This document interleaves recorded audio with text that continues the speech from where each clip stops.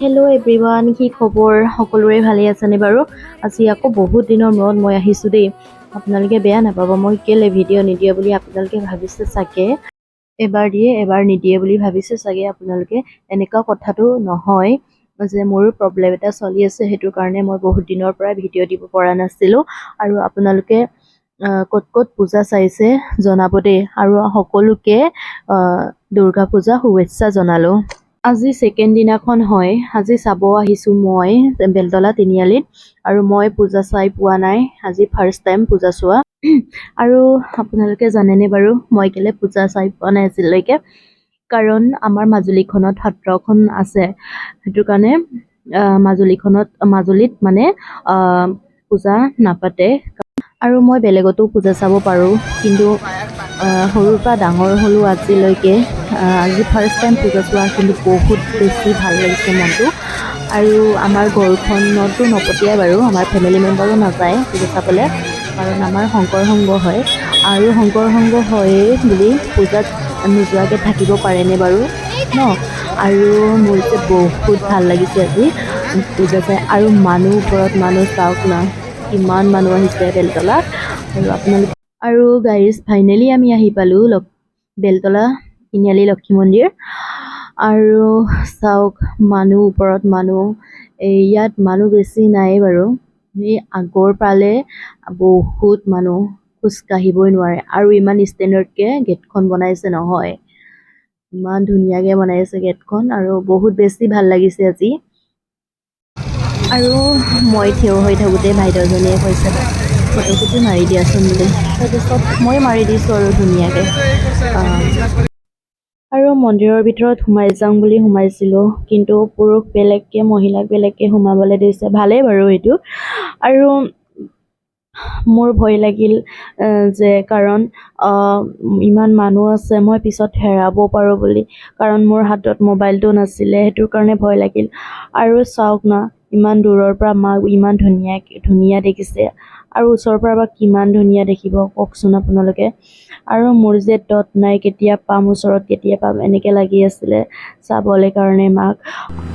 আৰু আপোনালোকে নাভাবেনে বাৰু, এনেকুৱা মানুহে ভিৰ থাকিলে কেতিয়া মাৰ ওচৰত পাম, কেতিয়া মাক দৰ্শন কৰিব পাম, কেতিয়া মাৰ আশীৰ্বাদ ল'ব পাম বুলি আপোনালোকে নাভাবেনে বাৰু? মোৰ যে আজি বহুত মনটো মানে তত নাইকিয়া হৈ গৈছে, মানে ওচৰত কেতিয়া পাম, ইমান দূৰৰ পৰা ধুনীয়া দেখিছে মাক, ওচৰৰ পৰা বা কিমান ধুনীয়া দেখিব বুলি, ওচৰত গৈ মই কিমান হেপ্পী হ'ম, মানে মাক এবাৰ দৰ্শন কৰিব পাম বুলি।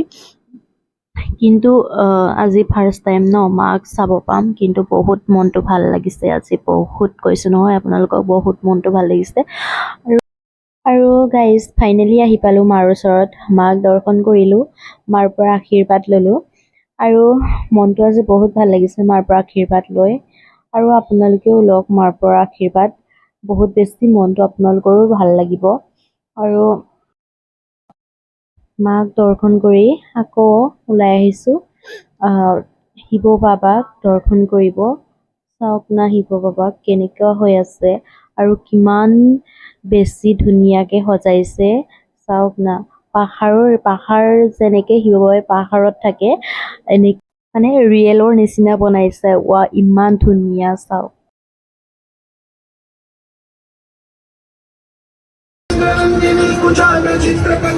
प्रकल्पनैका शिल्पिनी त्रिलोचने रतिर्मम ॐ नमः शिवाय।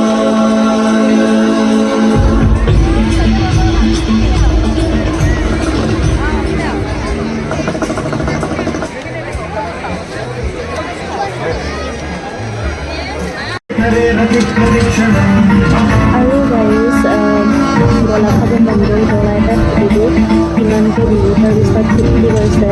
আচৰিত লাগে। গলাটো 30তে পায়, ইয়াত 50কৈ কৈছে। তাৰপিছত মই গম পোৱা নাছিলোঁ, ই মোক ভিডিঅ' বনাই আছিলে মনে মনে। তাৰপিছত হ'ব দিয়া, ভিডিঅ' নবনাবি বুলি কৈছিলে। তাৰপিছত ই মোক মনে মনে ভিডিঅ' বনাই আছিলে, চাওক। আৰু ফাইনেলি মোৰ গল আহি গ'ল, আপোনালোকে খাওক আৰু ময়ো খাইছোঁ। আৰু ইমান মানুহ বেছি আহিছে আৰু ইমান ঠাণ্ডাও ইয়াত পৰিছে মানে। আৰু গাইজ ভিডিঅ'টো ইমানতে এণ্ড কৰিলোঁ আৰু নেক্সট ভ্লগত আপোনালোকক সোনকালে লগ পামগৈ। আৰু গাইজ ভিডিঅ'টো ভাল লাগিলে লাইক কমেণ্ট শ্বেয়াৰ ছাবস্ক্ৰাইব কৰি দিব আৰু মোৰ ফেচবুক পেজটো ফ'ল' কৰি দিব। Bye bye guys, thank U.